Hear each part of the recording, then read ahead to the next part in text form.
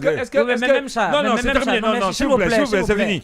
Non, on ne revient pas. Non, on a d'autres sujets encore. On a d'autres sujets encore, s'il vous plaît. Est-ce que vous avez eu l'électricité hier chez vous? Non, bon, il n'y en a pas. Bon, on a eu jusqu'à 2 heures, c'est parti. Donc, je pense que c'est revenu vers les 6 heures. Bon, il n'y a pas d'électricité. Hein. C'est une denrée rare, extrêmement qui, par défaut de gestion, parce qu'on devrait avoir le courant.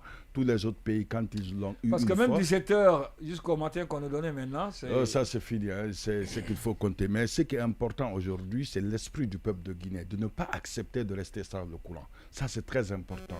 L'esprit que désormais, la capitale guinéenne, y compris les préfectures et les régions, ne doit pas rester sans courant.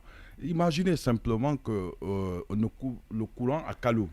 Non, supposons qu'il y ait une coupure à Kaloum et tous les ministères ont des groupes électrogènes, les chefs ont des groupes électrogènes.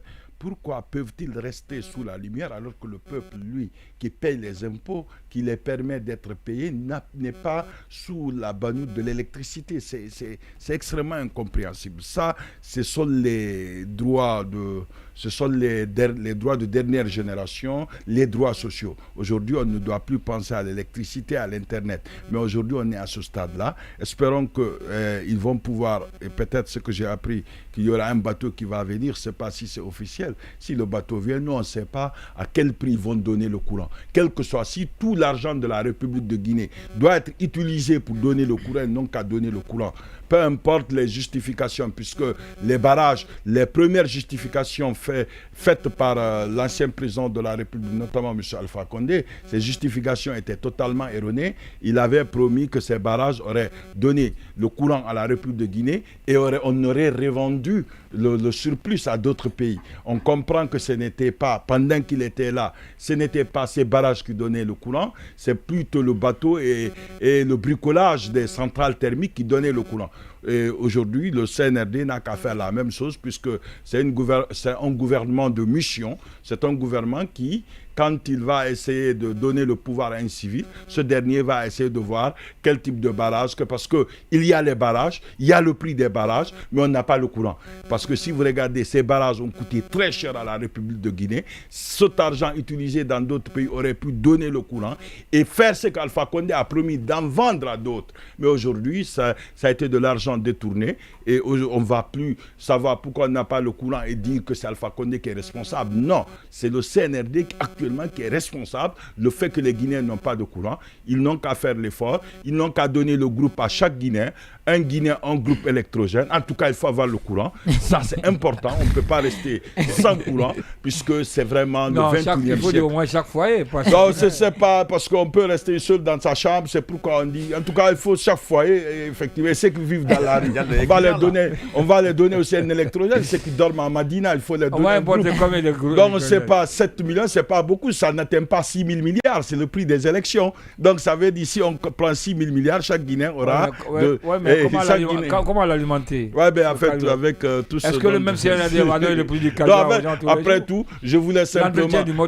Derrière cette ironie quand même, je voudrais dire certaines vérités. C'est que les Guinéens ne peuvent plus rester sans courant et le courant à tout prix. Et espérons qu'ils disent qu'ils vont le satisfaire. Baouri est venu au moment où il n'a pas de courant. Il n'a qu'à se montrer. Ça, c'est l'épreuve. D'accord, Alpha. De dire qu'il va oui, faire. Omar Diallo. Vous êtes dans quel quartier de Conakry? Je suis à la minière. À la minière. Ah non, Oui, là-bas, c'est les boss. vous avez moins de problèmes. Non, mais écoutez, on a passé une nuit très difficile. Ou bien c'est partout. Une nuit très difficile dans l'obscurité. Et moi, j'ai un garçon qui transpire comme pas possible. Et hier, c'était... Avec les moustiques. La nuit de l'électricité, les gens ont fait ça dans le noir, dans l'obscurité. Hier, hein? Vous comprenez, c'est très difficile, c'est compliqué actuellement. Et bien, vous savez, nos autorités, que ce soit celles de maintenant, là où les précédentes autorités, on s'est toujours occupé de factuel, on s'est jamais, c'est-à-dire, on s'est toujours occupé de s'il faut dire, des éléments superficiels sans pourtant s'occuper de problèmes réels. Et c'est ce qui fait que les problèmes sur l'électricité, ça perdure. Et il faut essayer d'interroger un peu l'histoire. Parce qu'aujourd'hui, en Guinée, les barrages hydroélectriques fonctionnent à partir de l'eau. Et on a tendance de voir nos cours d'eau disparaître. La Guinée qui avait plus de 3000 et quelques cours d'eau, aujourd'hui la Guinée n'a même pas 1000 cours d'eau. Et ces cours d'eau aussi sont très mal exploités. Regardez aujourd'hui l'effet de l'action de l'humain sur la nature. Et ça, c'est des problèmes qu'on n'arrive pas à régler. Et quand vous prenez lors des campagnes de reboisement, vous entendez, il y a eu telle ONG, tel département, tel mille d'hectares reboisés. Mais vous regardez après, 2 mois, 3 mois plus tard, parmi ces milliers d'hectares reboisés, vous n'avez même pas 100 plantes qui ont survécu parce qu'il n'y a pas de suivi.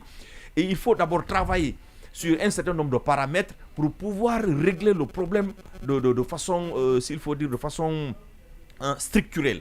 Et aujourd'hui, on a la chance d'exploiter d'autres moyens d'avoir le courant. Il y a l'éolien, il y a le solaire, il y a d'autres.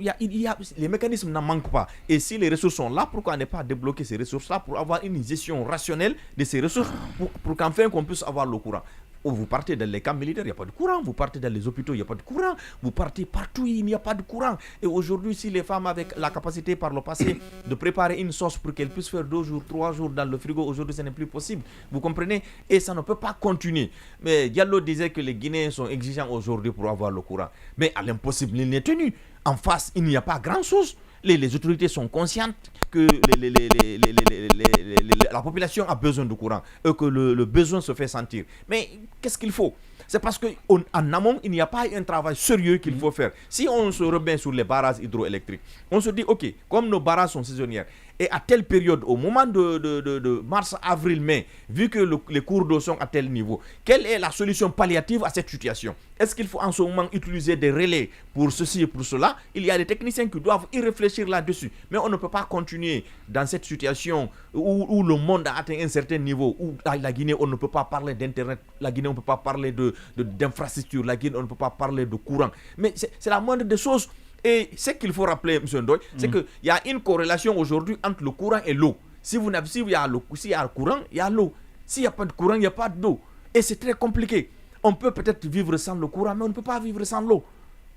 On boit, on se lave, on y va à la toilette on vit avec tout ce vous avez vu, y compris la SEG aujourd'hui. La SEG, je crois bien, elle est synchronisée avec le courant de EDG. S'il n'y a pas de courant, les robinets ne fonctionnent pas. Et ça devient très compliqué de continuer comme ça parce qu'on a moins de courant dans les quartiers et il y a plus de problèmes et il y a plus d'exigences et les besoins sont là. Il faut travailler sur de façon structurelle et avoir des solutions palliatives maintenant là, mais il faut se projeter dans le futur, que ce soit ces autorités-là, que ce soit les autorités de maintenant. Il faut qu'il y ait un travail de fond. Essayer de réhabiliter nos cours d'eau, essayer de travailler sur notre couvert végétal, essayer de travailler sur l'environnement, essayer d'avoir une gestion rationnelle de l'énergie disponible, exploiter d'autres micro-barrages à l'intérieur du pays, que ce soit à Kankan, à Zérékoré et à Labé. Il y a des micro-barrages qu'il faut mettre en valeur, et aussi de voir encore d'autres moyens de sources d'énergie qui ne soient seulement que les barrages hydroélectriques. Oui, Mfali.